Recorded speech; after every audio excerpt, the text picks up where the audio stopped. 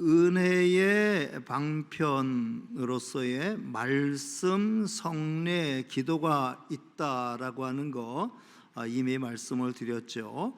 자, 이 말씀하고 성례, 기도가 은혜의 방편이라고 했는데, 특별히 지난 시간 마지막 질문에 특별히 말씀, 성례, 기도는 이 모든 것은 택함을 입은 자들의 구원에 유효하게 되는, 구원에 택함 받은 자들의 구원에 유효한 그런 요소가 된다라고 했을 때 질문은 이제 155번은 이렇게 이어지죠. 그러면 말씀이라는 게 어떻게 구원에 유효하게 되는, 말씀이라고 하는 게 구원의 어떤 면에서 유효성을 나타내는가라고 하는 질문이에요. 자, 이 질문에 대한 대답, 자 155번 대답.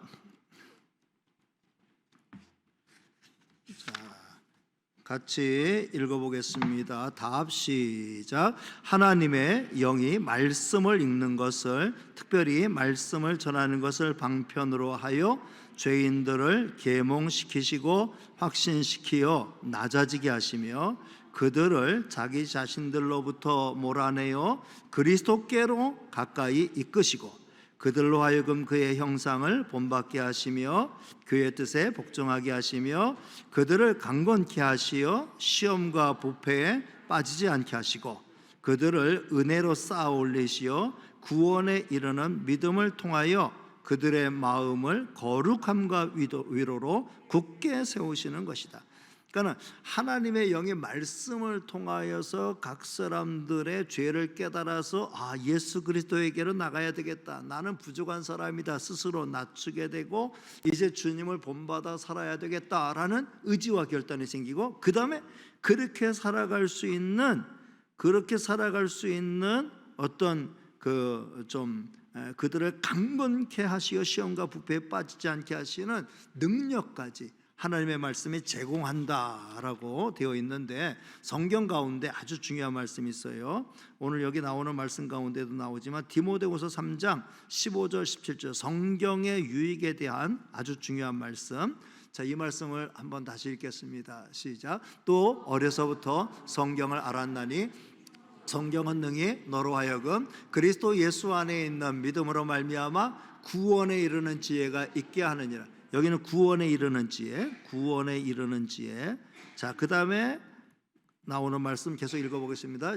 모든 성경은 하나님의 감동으로 된 것으로 교훈, 책망과 바르게 함과 의로 교육하기에 유익하니. 교훈, 책망, 바르게 함. 그 다음에 17절 말씀. 자, 이는 하나님의 사람으로 온전케 하며 모든 선한 일을 행할 능력을 갖추게 하려 함이라. 하나님의 말씀은 선한 일을, 이 구원에 이르는 지혜뿐만 아니라 선한 일을 행할 뭘 준다고요? 능력. 여러분, 말씀으로 은혜 받으면, 말씀으로 도전 받으면 힘이 생겨요, 안 생겨요? 힘이 생겨요. 저는 말씀으로 은혜 받으면 그게 힘이 생겨요. 말씀 딱 붙잡으면 그게 힘이 생겨요. 말씀은 우리로 하여금 선한 일을 행할 수 있는, 악을 물리치고 선을 행할 수 있는 확실한 힘을 줍니다. 이건 악이야. 성경에서 말씀하셨어. 하나님 말씀하셨어. 하나님 이걸 옳다고 하셨어. 하나님 이걸 기뻐하셔. 하나님의 말씀에 의해서 기준이 딱 서면 힘이 생기는 거예요. 그래서 하나님의 말씀은 선한 일을 행할 능력까지 갖추게 한다. 자, 그 다음에 156번. 하나님의 말씀은 모든 사람이 읽어야 하는가? 하나님의 말씀은 모든 사람이 읽어야 할 필요성이 있는가? 자, 답이 뭡니까? 비록 누구나 다 공적으로 회중에게 말씀을 봉독하게 허락되어 있지 않으나 모든 종류의 사람들이 각각 홀로 그리고 가족들과 함께 읽어야 할 의무가 있는 것이다. 이 목적을 위해 성경이 원어해서 그것이 모든 각 백성의 방언으로 번역될 것이다. 그러니까 하나님의 말씀을 봉독, 회중 가운데, 회중 예배 가운데 봉독하는 건 너도 나도 다 봉독하면 이거 중구난방이 되니까 봉독할 때는 순서가 있을 수 있지만, 그러나 각각 홀로 가족들과 함께 읽어야 될 의무가 있다는 거예요. 그런데 중요한 것은 성경은 본래 원어로 되어 있어요. 구약 성경은 히브리어 구약, 신약 성경은 헬라어.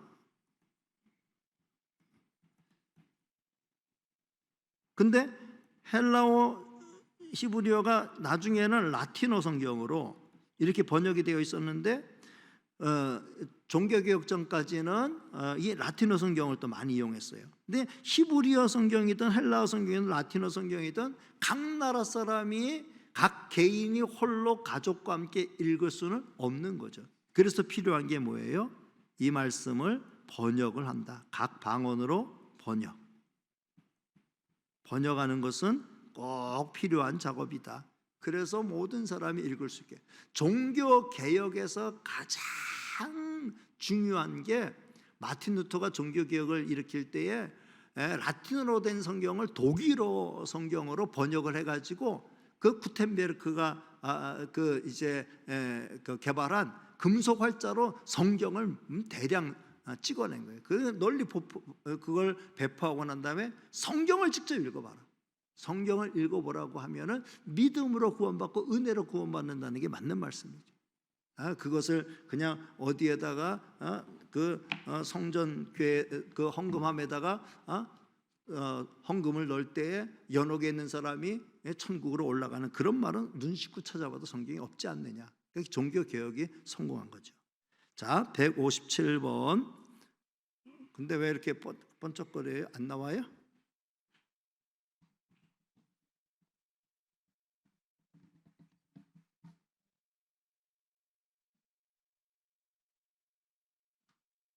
뭔가 된 것 같은데.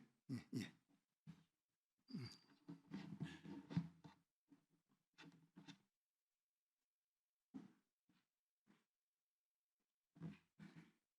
껌뻑거리면 껌뻑거린 대로 해야 되겠네. 자, 157번.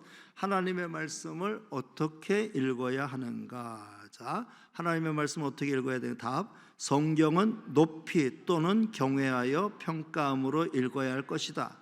곧 성경은 하나님의 말씀이라는 하나님께서만 우리로 성경을 깨달을 수 있게 하실 수 있다는 굳은 신념으로 그 가운데 계시되어 있는 하나님의 뜻을 알고 믿고 순종하고 싶어하는 욕망으로 부지런함과 성경의 내용 및 범위에 주의함으로 묵상함과 적용함과 자기를 부인함과 기도함으로 성경을 읽어야 할 것이다.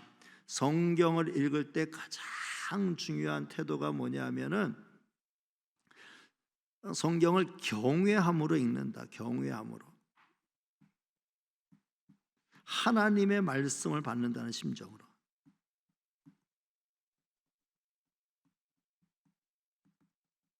옛날에 사극을 보면 어명을 받으라 그랬죠. 어명을 받으라고 하면 어떻게 해요?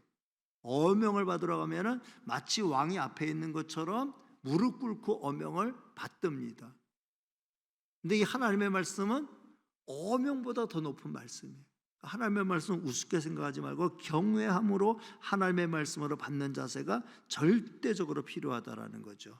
자, 성경을 한 구절만 찾아봅니다. 시편 19편 10절 말씀, 시편 19편 10절 말씀 띄워드리겠습니다. 시작. 금 곧 많은 순금보다 더 사모할 것이며 꿀과 송이꿀보다 더 달도다. 하나님의 말씀을 사모하는 마음으로, 하나님의 말씀을 조금이라도 더 듣고자 하는, 하나님의 음성을 더 듣고자 하는 그 마음으로 하나님의 말씀을 대할 때 우리에게 정말 은혜가 되고 복이 되고 힘이 된다라는 거죠. 자, 그 다음 158번. 하나님의 말씀은 누가 강도할 수 있는가? 하나님의 말씀 풀어서 설명할 수 있는 자격.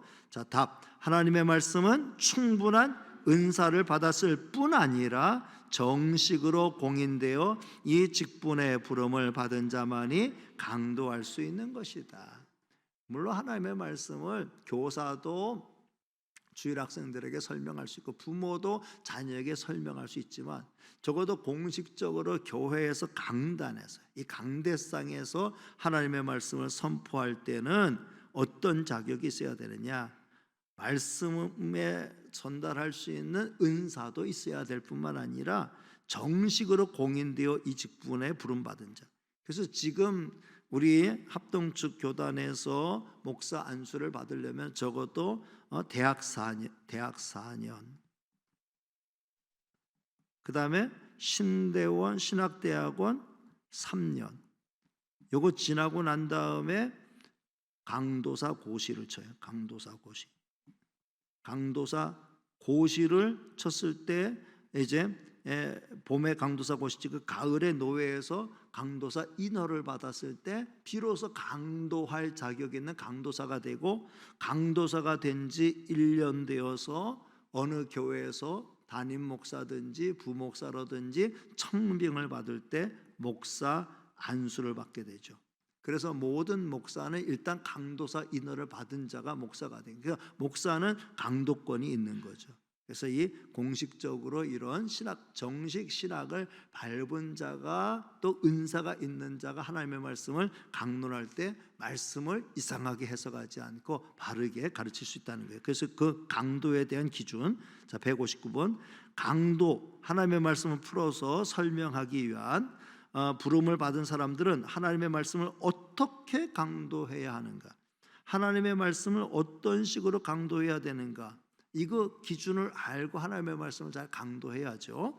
자, 답. 말씀의 사역에 부름을 받은 자들은 바른 교리를 강도하되 부지런히 때를 얻든지 못 얻든지 할 것이며, 명백히 사람의 지혜에 관하는 말로 하지 아니하고 오로지 성령의 나타나심과 능력으로 할 것이며, 충성스럽게 하나님의 전도모를, 그러니까 전도모는 하나님의 말씀의 전체의 그 뜻을, 하나님의 말씀의 전체의 뜻을 충분히 소화해서 깨달은 다음에, 그 다음에 지혜롭게 자신들을 청중들의 수요들과 재량들에 기울일 것이며, 열렬히 하나님과 그의 백성이 영혼들에 대한 뜨거운 사랑으로 할 것이며, 성실히 하나님의 영광과 그들의 회심, 건더, 구원을 목표로 삼고 할 것이다.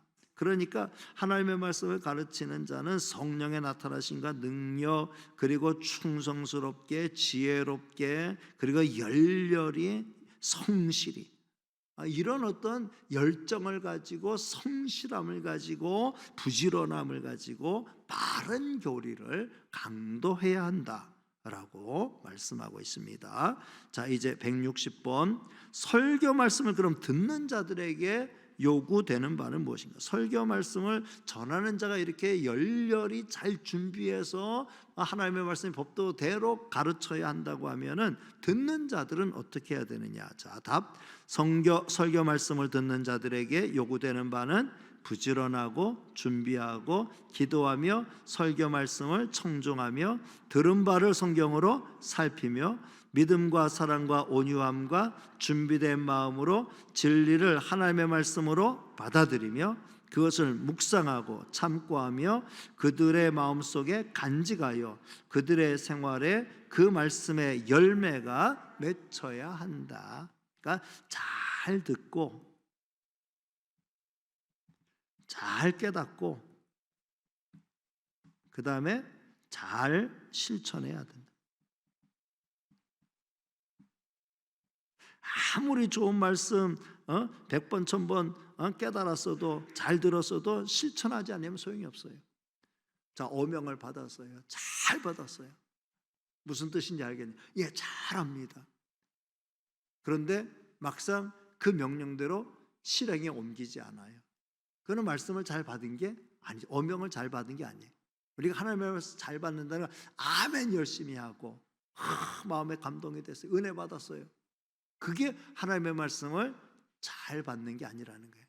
정말 중요한 것은 그 말씀대로 실천하여 순종해야 한다라는 거죠. 자, 은혜의 방편으로서의 하나님의 말씀은 이런 면에 있어서 우리로 하여금 은혜롭게 살도록 큰 도움이 된다는 거죠. 두 번째가 성례였어요. 자, 성례는 어떻게 구원의 유효한 방편이 되는가? 성령은 어떻게 유효한 방편인가? 자, 답을 찾아보겠습니다. 161번. 자, 성례가 구원의 유효한 방편이 되는 것은 그것들 자체 안에 있는 어떤 능력이라든지 혹은 그것들을 거행하는 자의 경건이나 의도에서 나오는 어떤 효능으로 말미암은 것이 아니고, 쉽게 말하면 성례 자체를 시행할 때 성례 자체가 능력이 있는 것이든지 또는 그것을 시행하는 자의 어떤 신령한 능력으로 능력이 나타나는 게 아니라는 거죠. 성례의 능력은 그 구원의 유일한 방편이 되는 것은 다만 뭐예요? 성령의 역사와 그것들을 제정하신 그리스도의 복주심으로 말미암는 것이다. 성례를 통해서 주께서 복을 내려주시고 성례를 통해서 성령이 역사하심으로 그게 우리에게 은혜가 되고 유익이 되는 거지, 그것을 집행하는 자의 어떤 신령한 능력이라든지 또는 그 행위 자체가 능력이 있어서 우리에게 은혜를 주는 건 아니다라는 거 분명히 알아야 됩니다.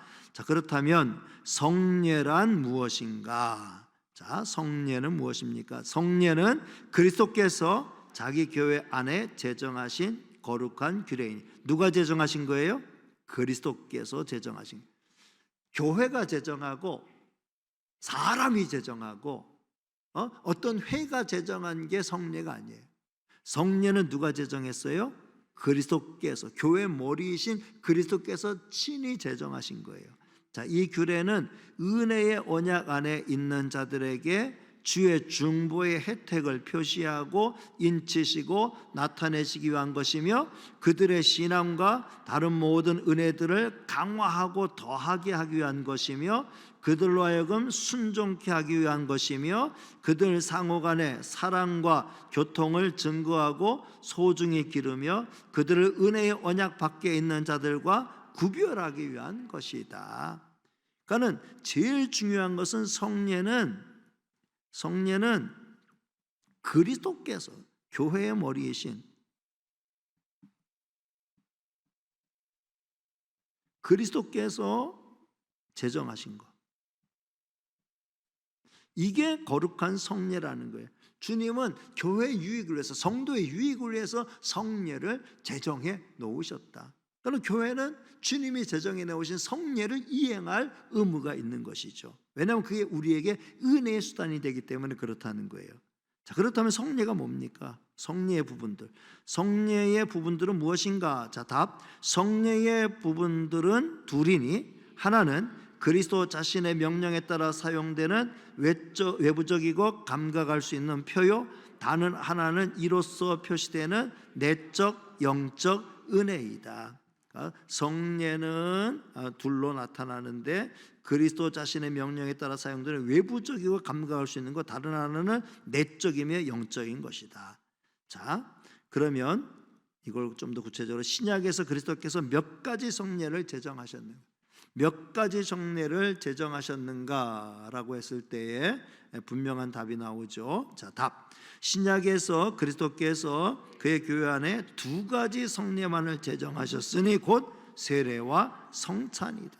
세례와 성찬 두 가지만 제정하셨어요.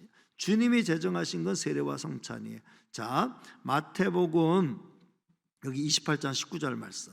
자, 마태복음 28장 19절 말씀. 자, 우리 주님의 직접적인 명령입니다. 자, 같이 읽겠습니다. 시작. 그러므로 너희는 가서 모든 민족을 제자로 삼아 아버지와 아들과 성령의 이름으로 세례를 베풀고. 우리 주님이 세례를 베풀라. 모든 민족을 제자 삼아서 아버지와 아들과 성령의 이름으로 세례를 베풀라라고 세례를 제정하셔서 세례. 자, 그 다음에 고린도전서 11장 여기 23절에서 26절을 읽겠습니다. 20절은 말고 고린도전서 11장 23절에서 26절 말씀. 자, 성찬을 주님이 제정하셨는데, 자, 성찬에 대한 것 같이 읽겠습니다. 시작. 내가 너희에게 전한 것은 주께 받은 것이니 곧 주 예수께서 잡히시던 밤에 떡을 가지사 축사하시고 떼어 이르시되 이것은 너희를 위하는 내 몸이니 이것을 행하여 나를 기념하라 하시고, 식후에 또한 그와 같이 잔을 가지시고 이르시되 이 잔은 내 피로 세운 새 언약이니 이것을 행하여 마실 때마다 나를 기념하라 하셨으니 너희가 이 떡을 먹으며 이 잔을 마실 때마다 주의 죽으심을 그가 오실 때까지 전하는 것이니라. 그러니까 성찬은 누가 제정하셨어요? 주께서 최후의 만찬 자리에 제정하셨고, 그 다음에 이후로 제자들에게, 교회 공동체에게 그것을 주님 오실 때까지 주님의 십자가를, 떡은 주님의 찢으신 몸, 피는 주님의 흘리신 피를 통하여서 그걸 먹고 마시면서 주님의 죽으심을 전하고 기념하라고 말씀해 주셨습니다. 자, 이제 나누어서 그럼 세례란 무엇인가? 자, 세례부터 구체적으로 살펴보겠습니다. 자, 세례. 자, 같이 있습니다. 시작. 세례는 그리스도께서 성부와 성자와 성령의 이름으로 물로 씻음을 정하신 신약의 한 성례이다. 이것은 그리스도 자신에게 접붙이고 그의 피로 죄사함을 받고 그의 영으로 거듭나고 양자되어 영생의 부활의 표와 인침이다. 이로써 세대받은 당사자들은 엄숙히 유형적 교회에 가입되어 전적으로 오직 주께만 속한다는 약속을 공개적으로 고백함으로 맺게 되는 것이다. 그러니까 이 세례는 영적이면서도 이건 내적이죠. 그 다음에 육적이고 외적인 의미가 있다. 그러니까 뭐냐? 영적인 것은 그가 진정 그리스도에게 접붙임 받은 자고 그의 피로 죄사함 받고 그의 영으로 거듭나고 양자되어 부활에 이르는 영원한 생명과 부활의 생명을 얻은 자다라고 하는 성령의 인침이에요. 성령의 인침이라고 한다고 하면은 영적인 의미가 있는 거죠. 육적으로는, 외적으로는 이 사람이 이제 진짜 예수님을 구주로 믿어 교회 공동체에 속한 일원이 되었다. 교회 공동체의 일원이 되었다라고 하는 유형적 교회에 가입이 되어 이제 교회의 정회원으로서의, 성도로서의 자격을 공식적으로 얻었다라고 하는 의미가 되는 거죠. 자, 그러면 166번, 누구에게 세례를 베풀게 되는가? 그럼 세례는 누구에게 베푸는가? 자, 답이 있습니다. 자, 세례는 누구에게 베푸는가? 그리스도를 믿는 믿음과 그에게 대한 순종을 고백하기까지는 유형적 교회 밖에 있어 약속의 언약의 외인인 자들에게는 세례를 베풀 수 없으나 그리스도를 믿은 신앙과 그를 향한 순종을 고백하는 양친 또는 그중 한 사람만 믿는 부모에게서 난 어린 아기들은 그 점에서 언약 안에 있으므로 세례를 베풀 수 있다. 그러니까 세례는 그리스도에 대한 믿음과 순종을 고백하는 자에게 베풀고, 그 다음에 어린아이 같은 경우는 양친 부모 가운데 한 사람이 예수님을 믿고 세례 교인이라고 하면은 그 부모에게서는 어린 아이들에게도, 기존에는 만 2살 이하의 어린 아이에게 유아 세례를 베풀죠. 지금은 이제 그게 교단에서도 좀 이제 바뀌어 가지고 이제 우리 유소년에게도 세례를 베푸는 법이 제정되었는데 아직 그게 공식적으로 잘 시행되지는 못하고 있습니다. 자, 그러면 167번, 우리의 세례를 어떻게 잘 사용할 수 있는가? 우리의 세례가 남발이 되거나 의미가 퇴색이 되면 안 되겠죠. 세례를 세례되게 잘 사용해야 되는데, 자, 답. 필요하지만 많이 소홀히 되어 온 바 세례를 잘 사용하는 의무는 우리가 평생 동안 이행해야 할 것이니, 특별히 시험 당할 때와 다른 사람에게 세례받고 있는 자리에 참석했을 때 세례의 성질과 그리스도께서 그것을 제정하신 목적, 그것에 의해 우리에게 주어지고 보증된 특권과 혜택, 그것에서 행한 엄숙한 서약 등을 심각히 또는 감사히 고찰함으로써 우리의 죄악한 더러움과 세례의 은혜 및 우리의 약속들의 미급 또는 역행하는 것 때문에 겸손하여 짐으로써 그 성례 안에서 우리에게 보증된 죄사함과 다른 모든 행복에 대한 확신에 이르기까지 성숙함으로써 우리가 향하여 세례받는 그리스도의 죽음과 부활로부터 힘을 얻어 죄를 억제하며 은혜를 소생시킴으로써, 그리고 신앙으로 살기를, 세례를 받음으로 그리스도에게 자기들의 이름을 바쳐버린 자들로서 거룩함과 의로운 생활을 살기를, 같은 성령으로 세례받아 한 몸을 이룬 자들로서 형제의 사랑으로 행하기를 노력함으로써 할 것이다. 야, 이렇게 문장이 한 문장이 이렇게 참 이게 우리 교단에서 이 헌법책에 나온 것대로 이렇게 하니까 그런데, 자, 이런 면에 있어서는 합신 측 총회 거기에 나온 합신처 총회 헌법에 나온 그 대요리 문답을 보면은 아주 그냥 현대식으로 우리 젊은 사람들도 이해할 수 있는 깔끔한 문장으로 잘 되어 있어요. 그래서 참 이런 면에 있어서는 우리 교단이 아직도 너무 보수하다가 깡보수인 거 아닌가. 이런 면에 있어서는 좀 이 대요리 문답이나 소요리 문답이 이런 식으로 복잡한 구조를 갖도록 만들어서는 안 되고, 읽어도 금방 의미가 통하지 않는 이런 식의 번역이 되어서는 안 되고, 이것이 좀 쉽게 번역이 되었으면 좋겠다. 쉽게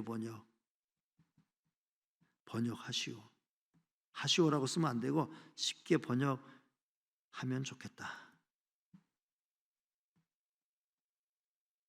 쉽게 번역해서 의미는 뭐예요? 세례를 잘 사용하는 것은 세례를 통해서 내가 거듭나고 하나님의 사람이 되었음을 다시 한번 확인하고, 그 다음에 세례받는 사람을 보면서 정말 그가 그리스도 안에서 정말 나와 같이 예수님의 보혈로 죄 씻음 받고 구원받은 믿음의 형제자매가 되었고, 우리가 그리스도 안에서 한 식구가 되었다는 것을 뜨겁게 가슴으로 느낄 수 있는 그런 의미의 세례. 그래서 정말 우리가 한 영혼을 세례받게 하는 게 그게 정말 가장 큰 보람이요 기쁨이 될 수 있도록, 그래서 세례받는 한 사람 한 사람을 우리가 정말 공동체가 다 같이 기뻐하며 축복할 수 있는 축제가 될 수 있도록 만드는 그런 의미와 역할이 이제 앞으로는 좀 더 활성화돼야 되고, 그게 좀 필요하다라고 하는 그런 생각을 많이 갖습니다. 자, 그 다음에 성찬. 성례는 세례 그리고 성찬으로 구성된다 그랬죠. 성찬은 뭐냐? 여러분들이 잘 아시는 대로, 자, 성찬이 뭐냐? 자, 같이 읽습니다. 답. 성찬이란 예수 그리스도의 정명하신 바를 따라 떡과 포도주를 주고받음으로써 그의 죽음을 보여주는 신약의 성례이다. 성찬에 합당히 참여하는 자는 주님의 살과 피를 먹고 마심으로 영적 영양이 되고 은혜로 자라는 것이며, 주님과의 연합과 교통이 확고해지고 하나님께 대한 감사와 약속 같은 신비한 몸의 지체로서 서로 사랑하고 사귐을 증거하고 새롭게 하는 것이다. 어렵네요. 주님의 살과 피를 먹고 마심이 세례의 가장 중요한 의미고, 우리가 같은 주님의 살을 먹고 같은 주님의 피를 마심으로 우리는 그리스도 안에서 한 몸이다. 신비한 몸의 지체가 되었다. 그러니 우리가 같은 예수 그리스도의 보혈을 먹고 예수 그리스도의 살을 먹고 마신 우리는 서로 사랑하고 사귐을 증거하고 새롭게 하는 게 절대적으로 필요하죠. 그래서 우리는 성찬을 통해서 두 가지를 얻을 수 있어요. 첫째는 내가 정말 주님의 십자가의 보혈로 온전히 죄 씻음 받고 구원받고 이 살과 피를 먹고 마심으로 나는 영원한 생명을 얻고 나는 주님과 하나다. 주님의 몸에 참여한 자가 된 나는 주님의 몸의 일부다. 그러면서 동시에 이렇게 같은 살과 피를 먹고 마신 내 옆에 있는 형제 자매도 같은 믿음 안에서의 한 몸이고 한 식구다라고 하는 거. 이 두 가지를 우리가 동시에 성찬을 통해서 깨달아야 한다. 성찬식에 참여할 때마다 이것을 우리는 확인할 수 있어야 된다라는 거죠. 자, 그 다음에 169번. 성찬식에서 그리스도께서 떡과 포도주를 어떻게 주고받으라고 명하셨는가? 자, 같이 읽습니다. 그리스도께서 성찬의 성례를 거행하면서 자기의 말씀의 사역자들을 정명하여 식사의 말씀과 감사와 기도로 떡과 포도주를 보통 사용으로부터 구별하여 떡을 집어 떼어 떡과 포도주를 성찬 참여하는 자들에게 나누어 주면 그들은 같은 정령에 의하여 그들을 위하여 그리스도의 몸을 떼어 주시고 그 피를 흘려 주신 것을 감사히 기억하면서 떡을 떼어 먹고 포도주를 마시게 하신 것이다. 그러니까 그냥 먹고 마시는 게 아니에요.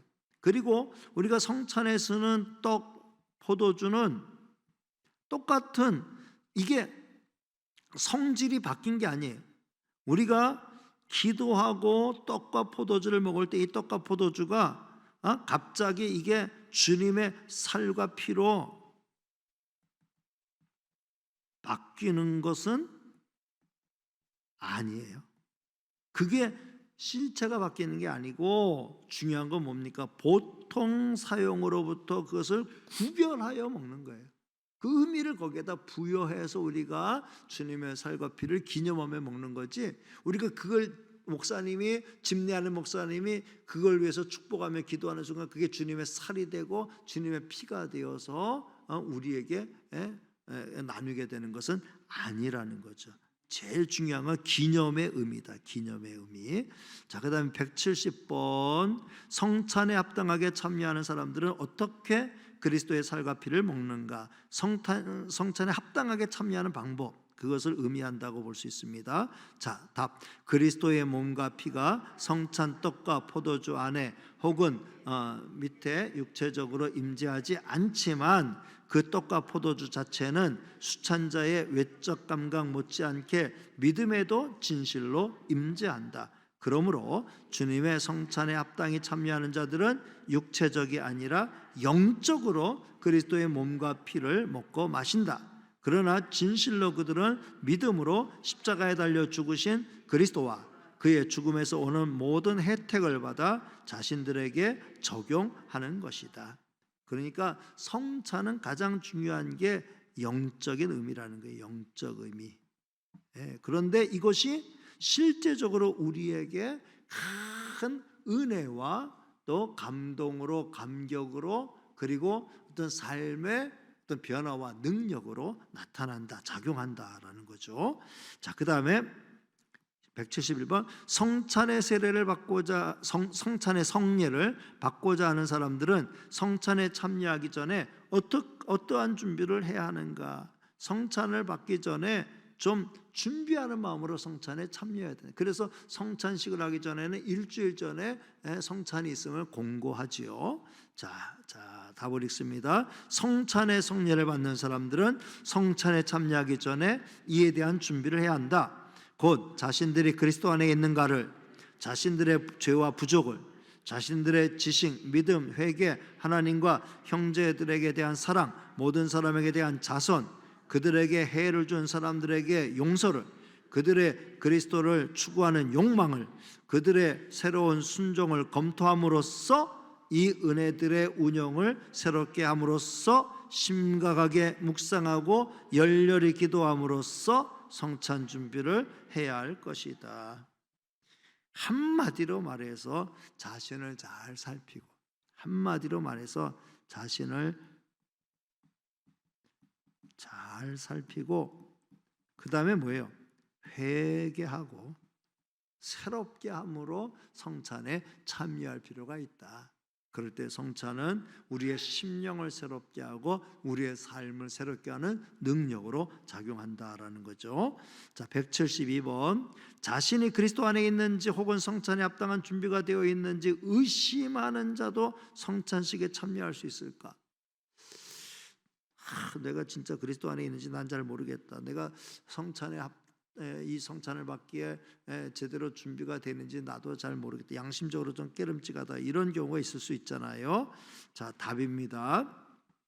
자신이 그리스도 안에 있는지 혹은 성찬의 성례에 합당한 준비가 되어 있는지 의심하는 사람도 아직 확실치 못할지라도 그리스도께 대한 진정한 관심을 가지고 있을 수 있는 것이다.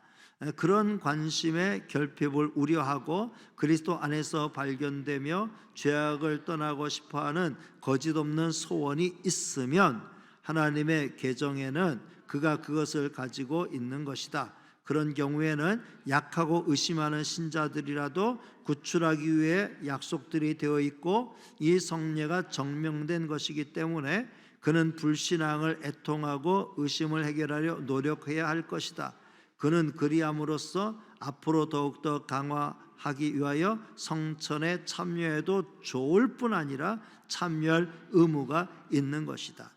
그러니까 내가 정말 그리스도 안에 있는 자가 맞는지, 또는 내가 이 성찬을 받기에 합당한 자인지 좀 의심이 되고, 그렇다 할지라도 그 성찬에 참여함으로 그 믿음이 더 견고하게 되고 또 그 삶이 더 이제 변화될 수 있다. 정말 그가 어떤 그 불신앙을 애통하고 의심을 해결하려고 할 노력이 있는 한 성찬에 참여해서 더 은혜를 받으려고 하는 게 좋은 것이지, 나는 잘 모르겠어, 나는 그래서 나는 안 받는 게 좋겠어, 뭔가 깨름칙해, 그러면서 안 받는 것보다는 세례받은 사람이라고 하면은 회개하면서 받는 게 유효하다. 세례자이면 항상 회개하는 자세로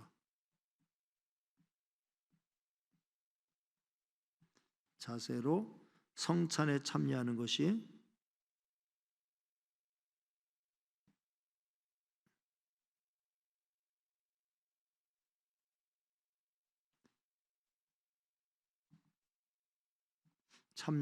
유익하다.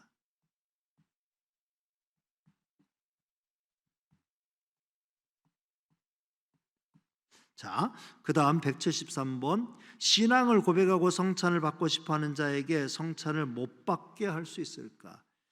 신앙을 고백하고 성찬을 받고 싶어하는 자에게 성찬을 못 받게 할 수 있을까? 자, 답입니다. 신앙 고백과 성찬 받고 싶어하는 욕망이 있을지라도 무식하거나 의욕이 있으면 그들이 가르침을 받아 사상 개혁이 나타나기까지는 그리스도께서 자기의 교회에 맡기신 권세로 그들로 하여금 성찬을 못 받게 할 수 있다. 그러니까 아까 172번하고 173번의 답이 바뀐 것 같잖아요. 근데 정말 중요한 것은 그냥 신앙을 건성으로 고백하고 그냥 나도 성찬 받고 싶어하는 욕망으로 성찬에 참여할 자격을 획득하는 건 아니라는 거죠. 그가 무식한 자이고 의혹이 진짜 믿음 있는 자인지 의혹이 있을 때는 교회는 그를 잘 가르쳐서 그 생각, 그 믿음이 제대로 된 믿음인지라고 하는 걸 제대로 살펴서, 그래서 신앙 고백을 하게 하고 세례 받고 난 다음에 성찬에 참여하게 하는 거죠. 그러니까 이게 그들이 이 무식하거나 의혹이 있으면 그들이 가르침 받아 사상 개혁이 나타나기 전까지는이라고 할 때는 이것을 해결하고 난 다음에, 그러니까 학습을 하고 학습 6개월 하죠. 6개월 학습하고 그 다음에 학습 교인을 세례 베풀어서 그 다음에 세례 베푼 다음에 바로 성찬에 참여하게 하는 이 과정이 필요하다라고 하는 걸 말씀하고 있습니다. 자, 이제 174번입니다. 성찬식 거행 당시에 성찬의 성례를 받는 자에게 요구되는, 그러니까 성찬에 참여하는 자, 성찬의 성례를 받는 자는 어떤 자세를 가지고 참여해야 하는가, 그걸 묻고 있는 거죠. 자, 답입니다. 성찬의 성례를 받는 자에게 요구되는 바는 성찬식 거행 당시에 모든 거룩한 경외심과 주의로 그 규례에서 하나님을 앙망할 것이며 성례의 요품 및 행동 등을 장려하여 관찰할 것이며 주님의 몸을 주의 깊게 분별하고 그의 죽음과 고난을 애정을 다해 묵상함으로써 자신들을 분기시켜 자신들의 은혜들을 강하게 운용하게 할 것이니 자신을 판단하여 죄를 슬퍼하게 되고 그리스도를 열심으로 추구하여 줄이고 목말라 하게 되어 믿음으로 그를 먹게 되며 그의 충만을 받게 되고 그의 공로를 의지하고 그의 사랑을 기뻐하며 그의 은혜에 대하여 감사하게 되면서 하나님과의 언약과 모든 성도들에 대한 사랑을 새로워지게 하면서 그리하게 할 것이다. 그러니까는 자신을 잘 살피고 하나님을 경외하고 하나님을 앙망하고 정말 이 성례의 의미를 깊이 묵상하면서 그러면서 성찬에 참여할 때에 그럴 때에 정말 그것이 그를 새롭게 하고 그에게 큰 은혜가 될 것이다.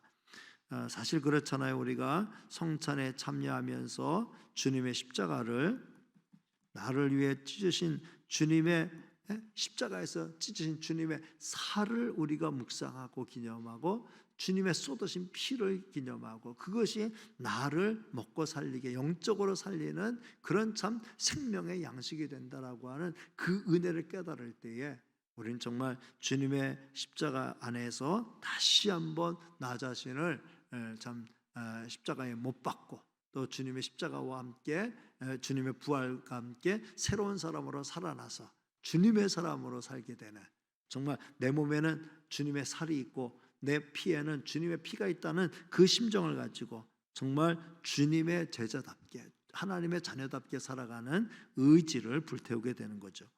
자, 그 다음에 175 성찬의 성례를 받은 후에 그리스도인들의 의무는 무엇인가? 자, 그리스도인들은 성찬을 받고 난 다음에 어떻게 살아야 되는가?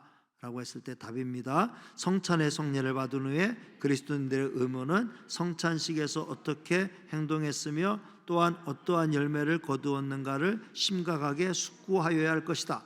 만일 그들이 소생함과 위로를 받았으면 하나님을 찬송하며 이 은혜의 계속을 빌며 뒷걸음질하지 않도록 주의하며 맹세한 것을 실행하며 이 규례에 자주 참여하도록 힘쓸 것이다. 그러나 현재 아무런 혜택이 없으면 이 성례를 위한 준비와 이곳에서 가진 자세를 더 정확히 검토하여야 할 것이다. 만일 그들이 두 가지에서 다 하나님 앞과 자신의 양심에 비추어 자신들을 간합할 수 있으면 때가 이르면 열매가 나타날 것을 믿고 기다릴 것이다. 그러나 만일 그들이 어떤 편으로 보나 실패했음을 깨달으면 그들은 스스로 낮아져서 후에 더 많은 용심과 정료로 성찬식에 임하여야 할 것이다. 그러니까는 은혜를 받았으면 성찬을 통해 은혜 받았으면 더 성찬을 통해서 은혜 받을 수 있도록 힘을 쓸 것이고 은혜 받지 못했으면 내가 왜 성찬에 참여하면서도 은혜 받지 못했는가를 한번 철저히 반성하면서 그러면서 내가 왜 주님의 찢으신 살과 피에 이 은혜로운 성찬식에 은혜의 방편이 되는 성찬식에 참여하면서도 왜 내게 아무런 은혜도 없고 열매도 없는가라고 하는 걸 반성하면서 정말 다시금 성찬에 참여할 때 이 은혜를 내가 경험하고 그리고 그것으로 인하여서 새로운 힘 있는 성도의 삶을 살아가도록 그렇게 다시 한번 자신을 살펴야 된다라는 거죠. 자, 그 다음에 176번 세례와 성찬의 성례들은 성례는 세례와 성찬이라 그랬죠. 어떤 점에서 동의하는가? 그러니까 어떤 점에서 같은가? 그러니까 성찬이나 세례나 성찬의 어떤 같은 점.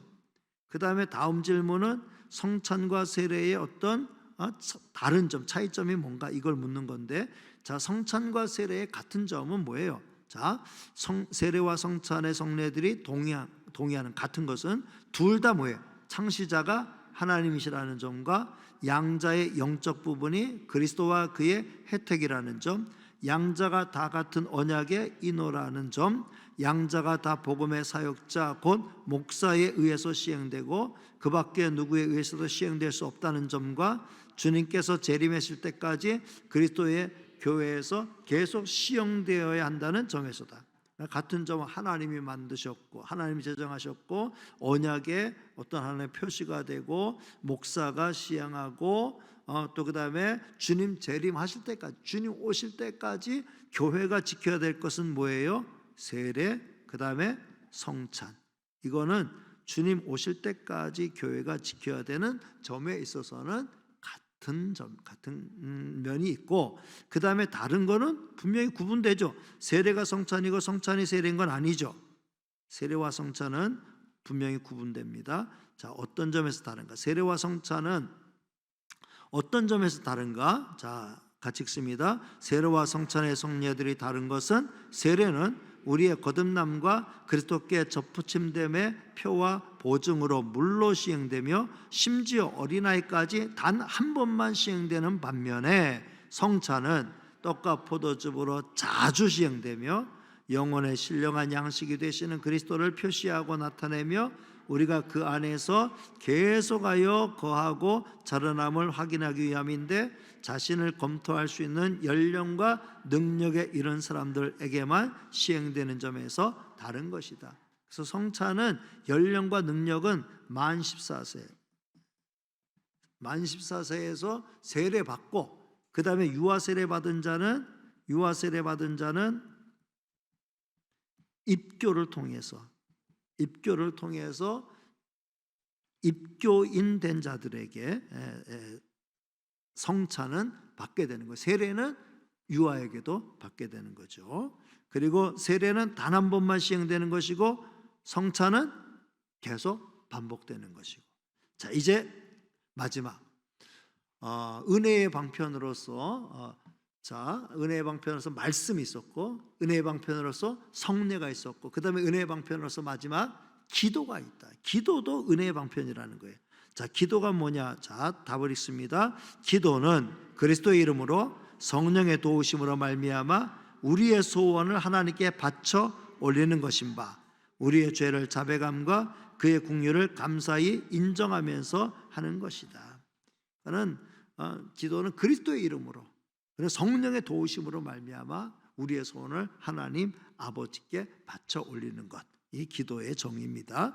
자, 그러면 119번, 179번 우리는 하나님께만 기도할 것인가? 하나님께만 기도해야 되는가? 당연하죠.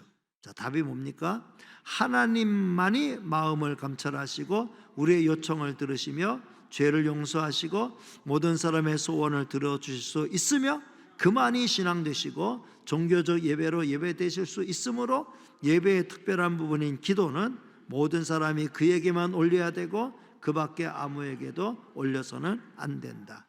그러니까 기도는 예배의 일부예요. 자, 그러면 예배는 누구에게 드려요? 오직 하나님께 드리니까 기도도 누구에게만 드려야 돼요? 하나님께만 드려야 돼요. 마리아에게 기도한다, 또는 뭐 다른 누구 어떤 수도 성인에게 기도한다, 또는 어떤 자연 만물에게 기도한다, 그거는 바른 기도가 아니라는. 기도는 오직 누구에게? 하나님만이 마음 감찰하시고 하나님만이 우리 요청 들으시기 때문에 하나님께 드리는 거다. 자, 그리스도의 이름으로 기도한다 했는데 180 그리스도의 이름으로 기도하면 무엇인가? 자, 답입니다. 그리스도의 이름으로 기도함은 그의 명령에 순종하고 그의 약속들을 신뢰하여 그의 이름 때문에 긍휼을 간구하는 것이나 그의 이름을 단순히 언급함으로 되는 것이 아니고 우리가 기도할 용기와 기도에서 우리의 담력과 힘 그리고 기도가 수납되리라는 소망을 그리스도와 그의 중재로부터 인출함으로 할 것이다. 예수 그리스도의 이름으로 기도한다라고 하는 것의 가장 중요한 의미는 약속이에요. 누구의 약속이에요? 주님의 약속. 우리 주님의 약속이죠. 우리 주님이 친히 주님의 이름으로, 예수님의 이름으로 기도하라 하셨어요. 그리고 우리는 어차피 주님을 통해서만 하나님 아버지께로 갈 수 있기 때문에 주님의 이름으로 주님의 어떤 그 주님을 믿는 믿음을 가지고 기도하는 것이다. 자, 이 부분에 대해서 성경을 한 구절 찾아보겠습니다. 가장 중요한 성경 구절이 요한복음 14장 13절 14절. 요한복음 14장 13절 14절 말씀. 자, 같이 읽습니다. 시작. 너희가 내 이름으로 무엇을 구하든지 내가 행하리니 이는 아버지로 하여금 아들로 말미암아 영광을 받으시게 하려 함이라. 내 이름으로 무엇인지 내게 구하면 내가 행하리라. 우리 주님의 약속이에요. 주님의 이름으로 구하라. 주님의 이름으로 구하라. 그러면 주께서 시행하신다. 그리고 주님의 이름으로 구하면 아버지께서 들어주신다. 우리 주님이 약속해 주셨습니다. 자, 그 다음 181. 우리는 왜 그리스도의 이름으로 기도해야 하는가? 같은 이유입니다만 답을 하나 더 찾아 읽겠습니다. 사람의 죄악성과 이로 인하여 하나님과 사람 사이에 생긴 거리가 심히 크므로 중보자 없이는 하나님의 목전에 접근할 수 없으며 그리스도 한 분밖에는 그 영광스러운 사역에 임명받았거나 그것에 적합한 자가 하늘이나 땅에 없으므로 우리는 다른 이름으로 할 수 없고 오직 그의 이름으로만 기도할 수 있다. 마리아의 이름으로, 어떤 수도 성인의 이름으로 기도할 수 있는 게 아니라는 거예요. 오직 누구의 이름으로? 하나님의 아들 예수 그리스도. 하나님의 아들 예수 그리스도의 이름이라고 하는 가장 좋은 수단과 방법이 있는데 그걸 제쳐놓고 마리아의 이름으로 기도한다? 어떤 수도 성인의 이름을 기도한다? 그건 미련한 일이죠.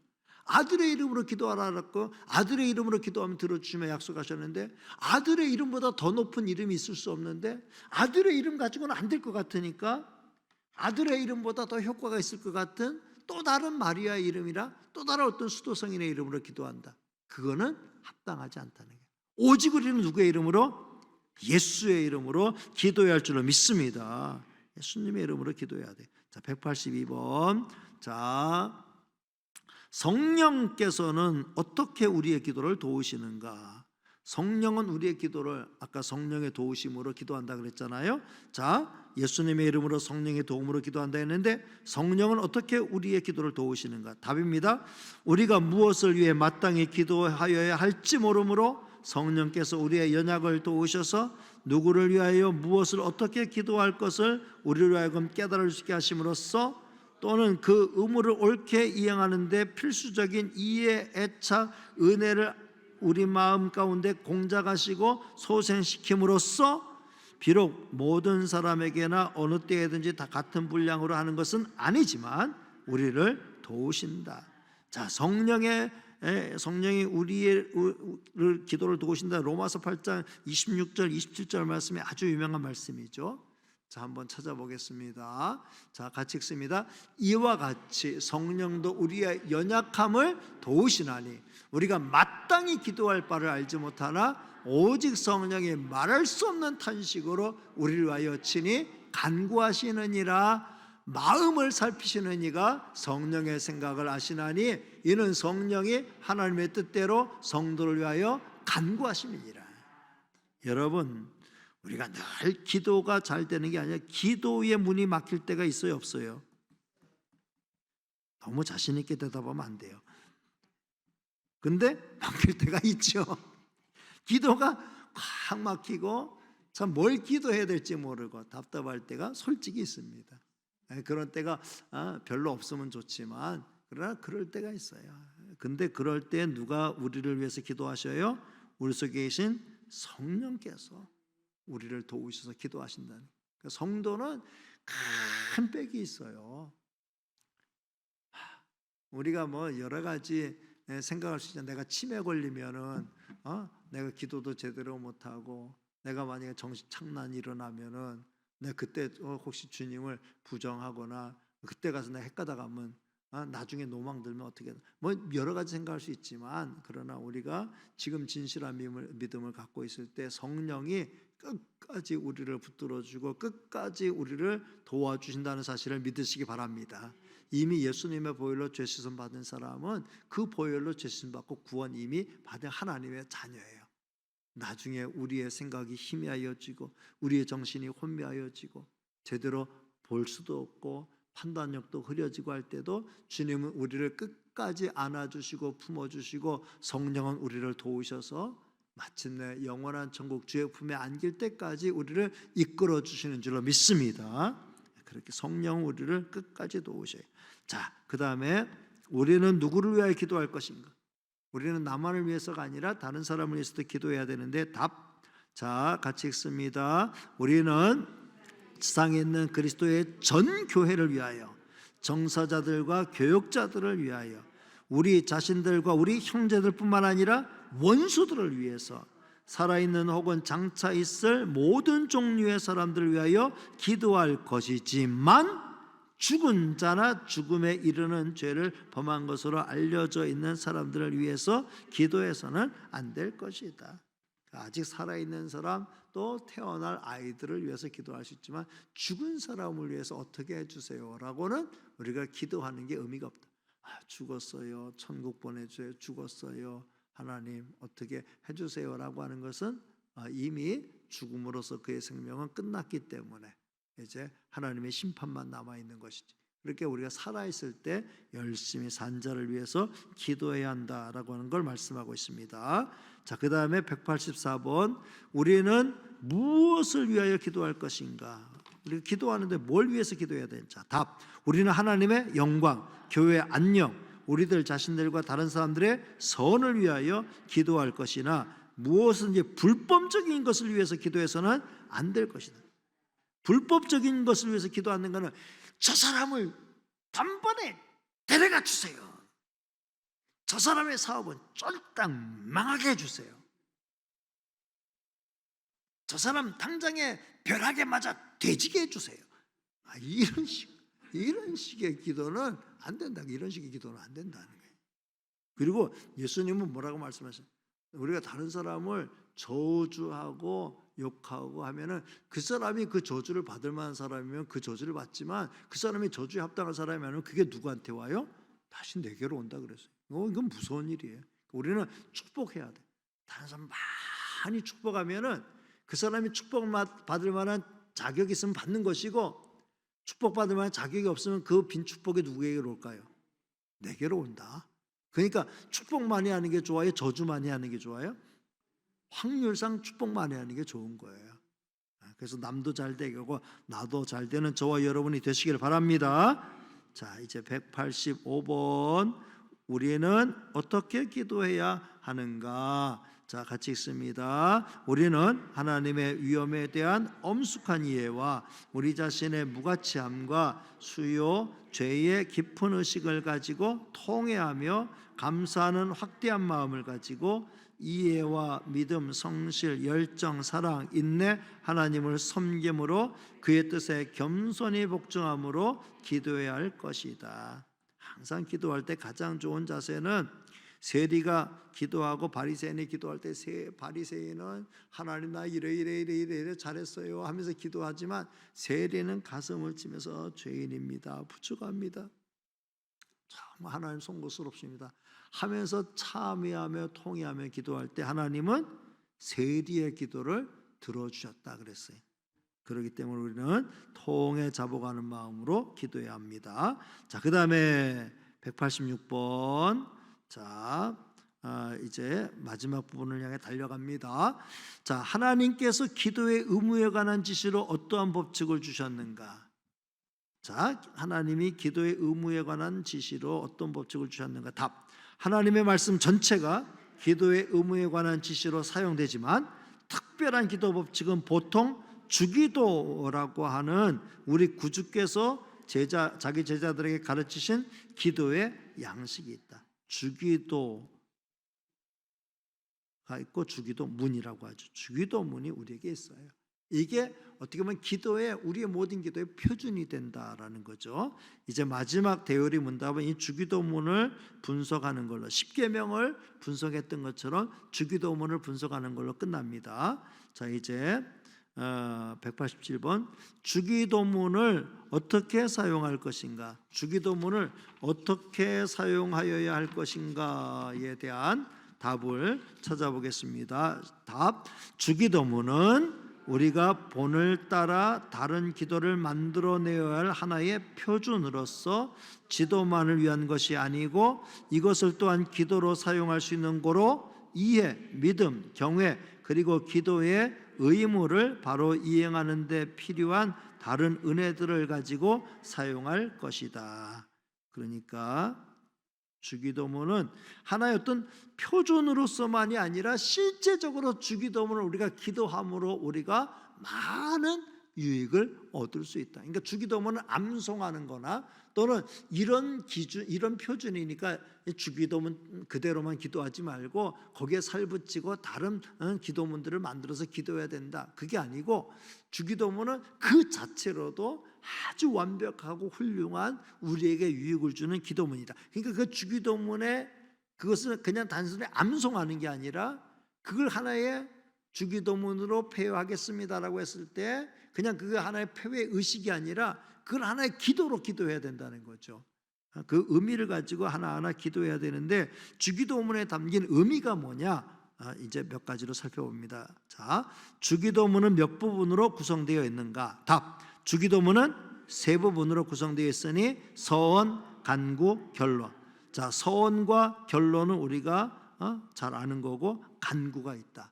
자, 그러면 서원은 뭐고 간구하는 것들은 뭐고 결론은 뭐냐? 자, 그걸 살펴보겠습니다. 자, 189번.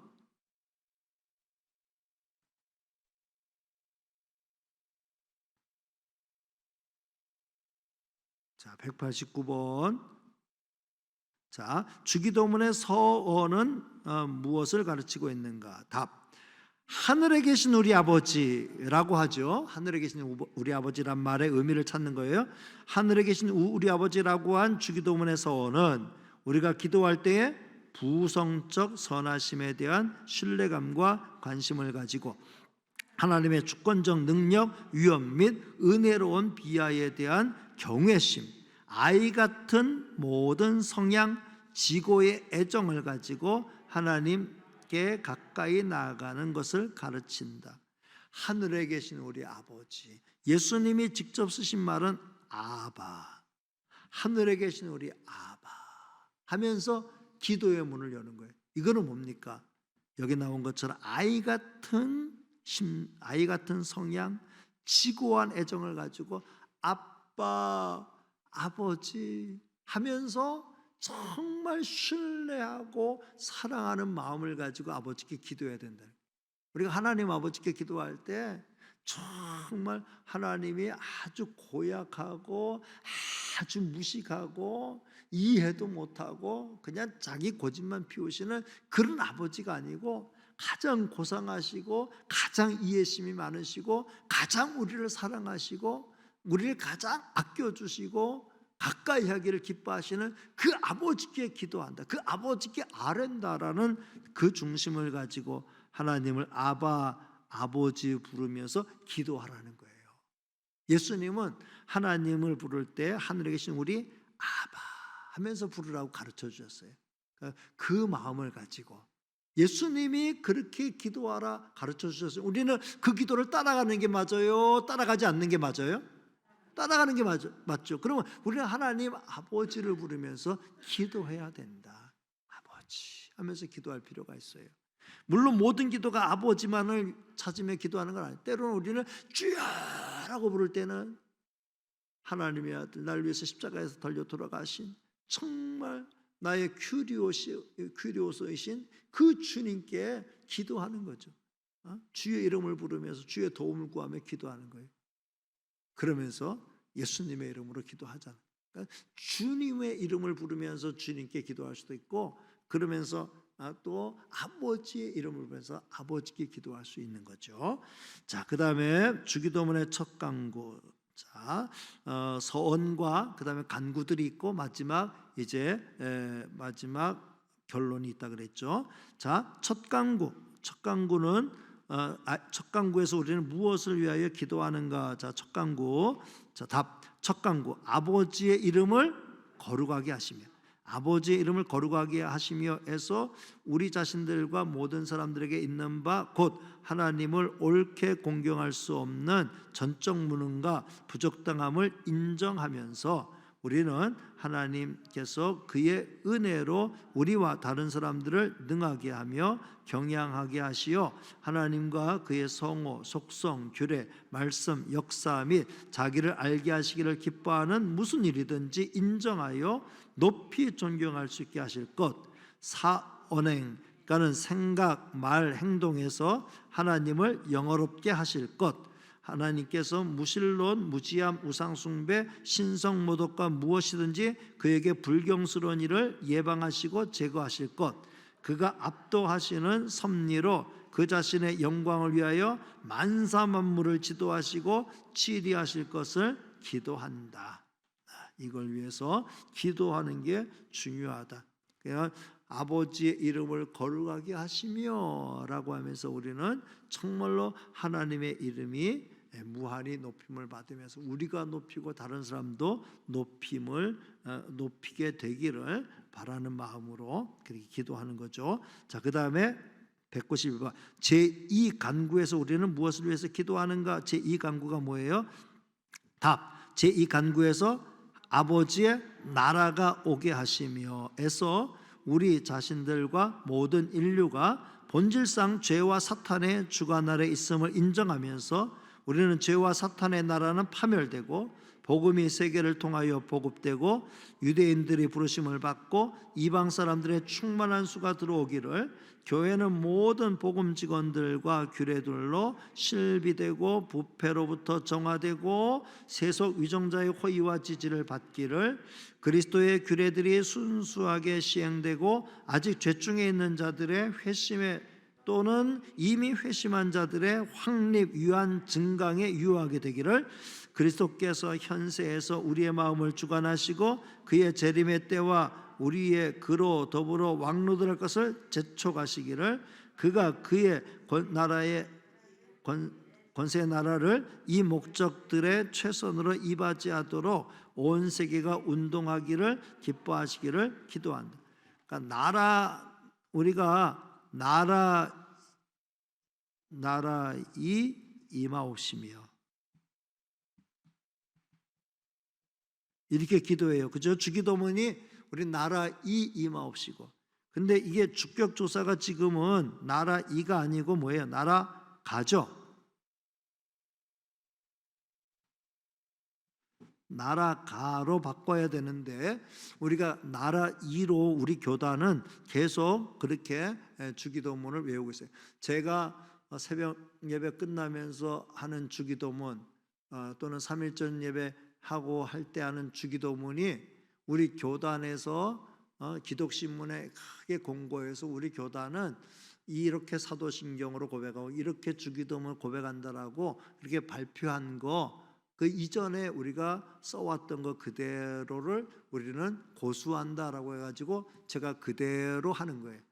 그런데 이제 우리 주일학교 학생들 같은 경우는 이제 지금 우리가 하는 그 주기도문이나 그 사도신경이 좀 너무 딱딱하고 어려운 말들이 있기 때문에 이제 현대어로 또 이제 새로 이제 우리 성경이 이제 개정이 되고 찬송가도 새로운 찬송가로 개편이 되면서 거기에 새로운 주기도문 또 새로운 사도신경이 또 나와서 하는데 이게 우리가 공동체가 같이 모여서 예배 드리면서 쓸 때에 그 억구들을 하나씩 이렇게 바꿈으로 말미암아 큰 혼선이 빚어지는 거예요.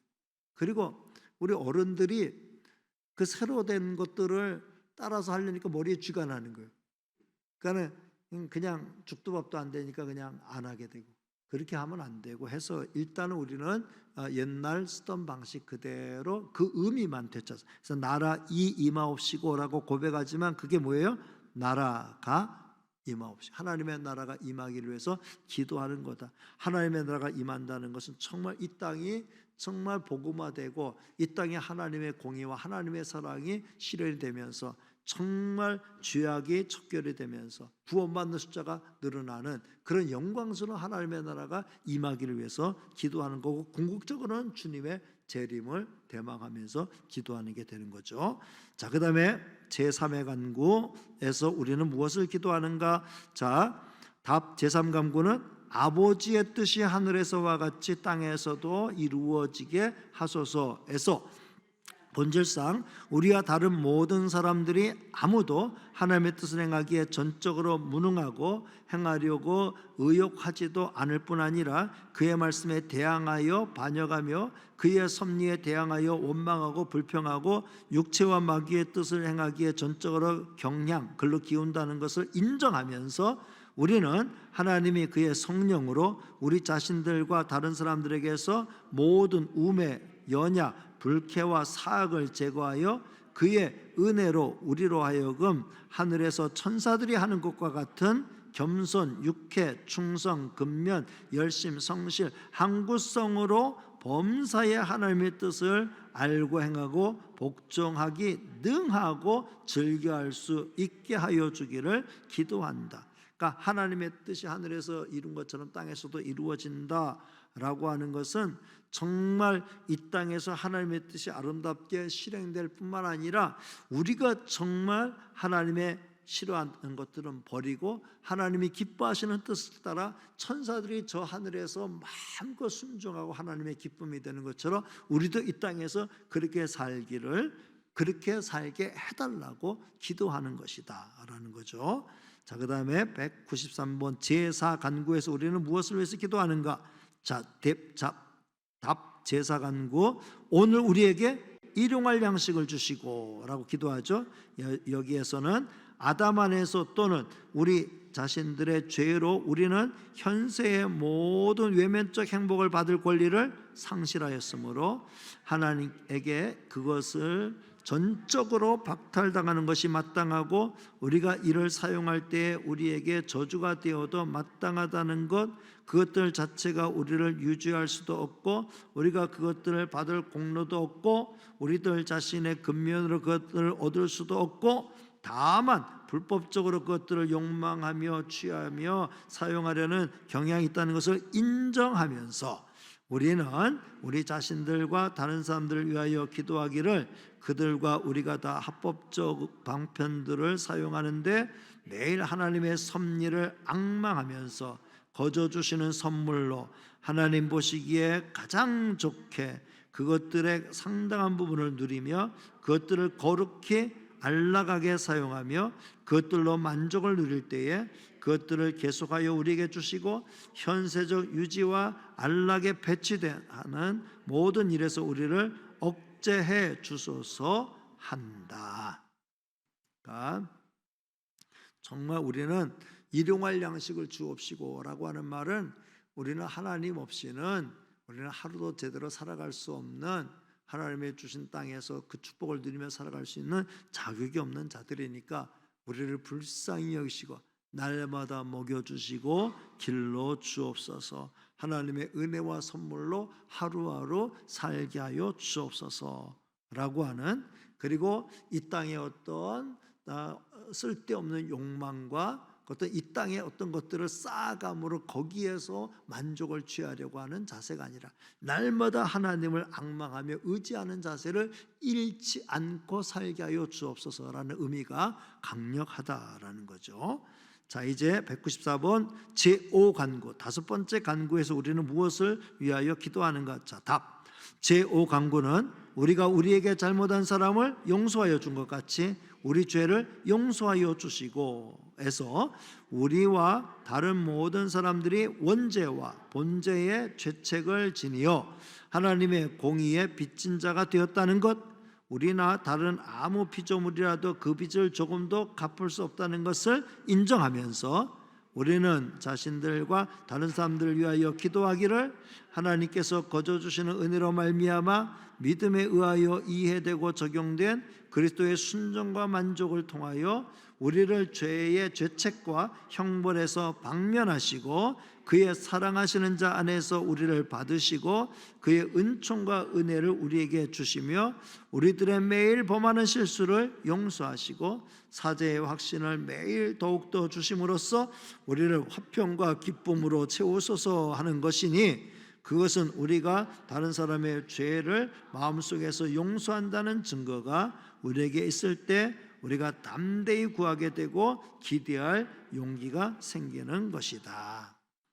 우리가 우리에게 잘못한 사람을 용서하여 준 것 같이 우리 죄를 용서하여 주시고 라고 하는 기도는 늘 부족한 인생으로 죄짓고 살아가는 인생이 반드시 하나님 앞에 기도해야 될 기도라는 거죠. 우리 죄를 용서해 주옵소서라고 우리는 기도하면서, 그러면서 하나님께 용서를 비는 사람이 하나님께 용서는 기대하면서 내가 다른 사람이 나에게 잘못한 걸 용서해 주지 않으면서 하나님은 나만을 용서해 주세요라고 하는 건 이치에 맞지 않다는 거죠.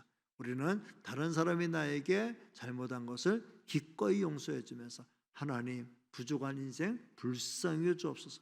그리고 이미 우리는 용서받은 인생이잖아요. 우리 인생의 출발 자체가, 구원 자체가 죄 용서함으로부터 출발될 것이니까, 된 것이니까 우리 이미 죄 용서함 받은 사람으로서 다른 사람의 죄를 용서해 줘야 되고, 또 그리고 계속해서 우리는 살면서 또 죄를 짓고 용서받아야 되니까 계속해서 다른 사람의 죄를 용서하면서, 용서해 주면서, 용서받으면서 용서해 주면서 살아가는 우리가 되어야 할 줄로 믿습니다. 그럴 때 우리는 교만하지 않아요. 그리고 다른 사람을 무시하지 않아요.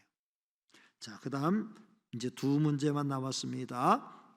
195번, 제6간구에서 우리는 무엇을 위하여 기도하는가? 자, 답. 제6간구는 우리를 시험에 빠지지 않게 하시고 다만 악에서 구하소서에서 가장 지혜로우시고 의로우시고 은혜로우신 하나님께서 여러 가지 거룩하고 의로운 목적을 위하여 우리가 시험들의 습격을 당해 실패하고 잠시 동안 포로가 되도록 사탄과 세상과 육체에 강력하게 우리를 곁길로 이끌어 함정에 빠뜨리려고 준비하도록, 우리는 심지어 죄사함을 받은 후에도 우리의 부패성과 연약과 주의 깊지 못함으로 인하여 시험을 받게 굴복하고 우리 자신들을 촉진하여 시험에 폭로되게 할 뿐 아니라 또한 우리들 스스로 그것들에 저항하는 것, 그것들에서 회복되어 나오는 것, 그것들을 이용하는 것을 능히 하지 못하고 즐겨하지도 아니하여 그것들의 권세 밑에 버림받아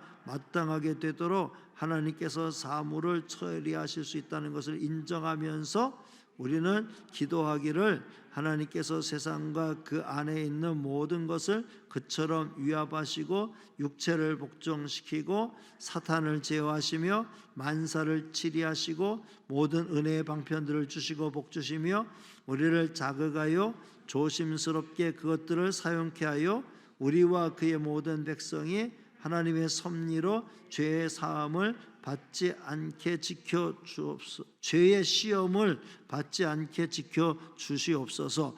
혹은 만일 시험 받으면 시험 당할 때에 우리를 그의 영으로 강력히 붙드심을 받아 설 수 있게 하시며, 혹 넘어지면 다시 일으킴을 받아 회복됨으로 시험을 거룩히 사용하고 이용하여 우리의 성화와 구원을 완성하고 사탄을 우리 발에 짓밟고 우리는 죄와 시험과 모든 악에서 완전히 영원히 자유하게 하옵소서 한다. 아우, 이거 다 읽으려니까 진짜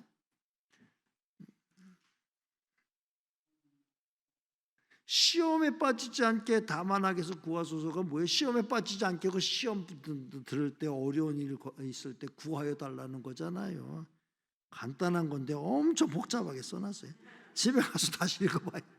아유, 쉬운 걸 되게 어렵게 만들어놨어요. 마지막, 주기도문의 결론이 우리에게 가르치는 건 무엇인가? 자, 답. 주기도문의 결론은 나라와 권능과 영광이 영원히 아버지의 것입니다. 아멘 하는 거죠. 우리에게 가르치시기를 우리는 우리의 진정들을 강화하되 우리들 자손이나 어떤 다른 피조물 안에 있는 모든 가치로부터 취해지지 않고 오직 하나님께로부터 취해진 변론으로 하며 오로지 하나님께만 영원한 주권, 전능, 영화로운 우월성을 돌려드리는 찬송과 연합하는 기도를 할 것이니 그것에 관하여 하나님께서 우리를 도우실 수 있고 또 도우시고자 하시는 만큼 우리의 요청들을 이루어 줄 것을 믿음으로 담대히 변소하며 고요히 신뢰할 것이라 한다. 그뿐 아니라 이것이 우리의 소원이며 확신임을 증언하기 위하여 우리는 아멘 하는 것이다. 나라와 권능과 영광이 영원히 아버지의 것입니다 라고 하는 것은 정말 모든 것이 다 하나님의 것이고 하나님은 영광 받으시기에 합당한 분이시고 정말 우리는 하나님의 나라의 백성으로서 하나님의 권능 하에 있는 자로서 하나님의 다스림만이 우리를 다스리는, 그 다스림에 복종하는 자로서 정말 영광 영원히 받으시옵소서 하면서 그렇게 되기를 소원합니다 하면서 아멘하는 것이다.